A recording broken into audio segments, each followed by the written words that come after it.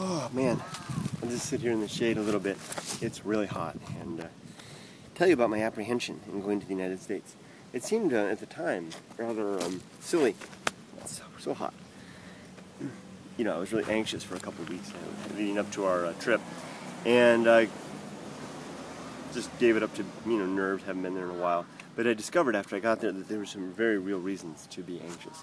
You know, in a way, it was like opening a time capsule that had been buried to various lengths of time, upwards of 3 to 15 years, depending on the person that I was going to see. There was one particular event. We had a big birthday party for my stepmother, and her 70th birthday party, and I knew that a lot of people from the past would be there that I hadn't seen in a long time. And I think that was the source of my anxiety, as well as another source that I wasn't aware of until I got there. But let me explain the first and then the second.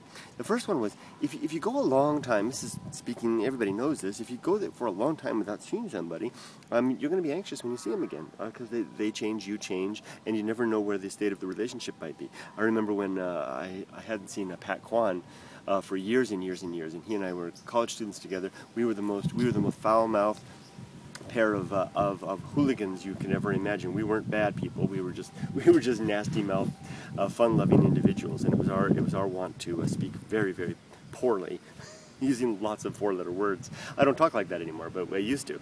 And I remember it had been years since we'd seen each other before we had lived in Japan, and together he'd followed me over to Japan to get a job. We were roommates.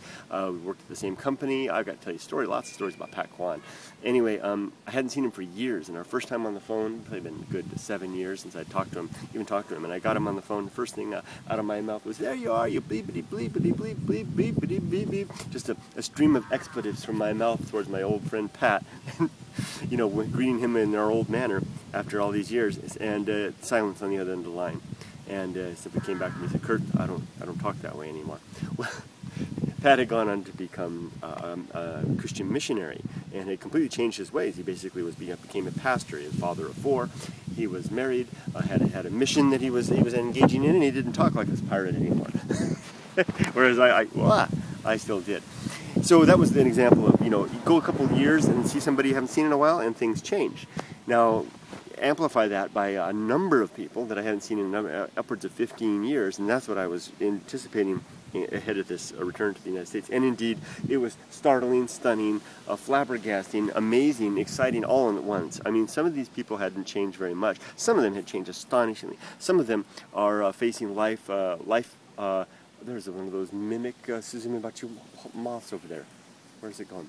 Some of them are going through a life, in the midst of tremendous life-altering events, cataclysmic collapses of life elements. Some of them are in the middle of turmoil. Some of them everyone is going through some sort of an issue or a problem or a challenge of some sort. As this seems to be the way that life simply is. One of them may be facing death. It was rattling to every element of me, and I knew it was coming. I think that was the source of my anxiety, although I didn't realize it until I got there, that I simply was about to see all these people that I hadn't seen in so long, and that we'd all had changed so much, and that the foundations upon which my relationships and the life that I understood with them had changed so much that I didn't know were we to be the same anymore. Were our relationships?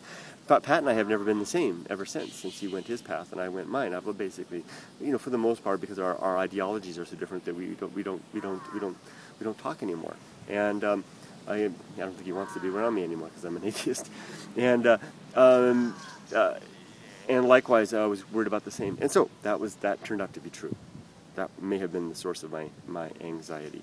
The other source was the main source. The other source was the fact that I simply I really feel like a man without a country anymore. It took me a week to adjust to being back in the States, really realizing. I made a video somewhere in the stuff that I made, I'm an American or something like that, or something like that. I'm a citizen or something like that. Trying to reconcile me to realize, hey, this is actually my culture, speaking about America. Being back there, I never felt that way. The 2 weeks I was there, I never felt I was home. And I don't feel like I'm home here either. And it was kind of a shock to the system to realize that I have kind of grown away from both countries and maybe grown towards Japan in away from the United States, leaving me somewhere in the middle of the Pacific Ocean, a no man's a land of where basically I'm not either. And I'm sure that there's many expats who feel the same thing after a long time away, or even a short time away. And then it's more than just mere culture shock. It's more of a cultural realignment, so that you end up in the middle of nowhere. My wife feels the same way. We've talked about this. So there you go. I think the reason for my anxiety all along was due to the fact that I knew that I would have a realignment of relationships with people, and a realization. I found a strong realization of the lack of alignment towards any one culture, living somewhere in the middle of nowhere. Although, so be it, with my wife, who shares that piece of real estate with me. And there you go, folks. The wind is coming up. The heat isn't bearing. I'm going to get back and start my walk some more. Hope you have a great day. Take care. Maybe some more videos along the way. I plan to do some. Take care. And whoop.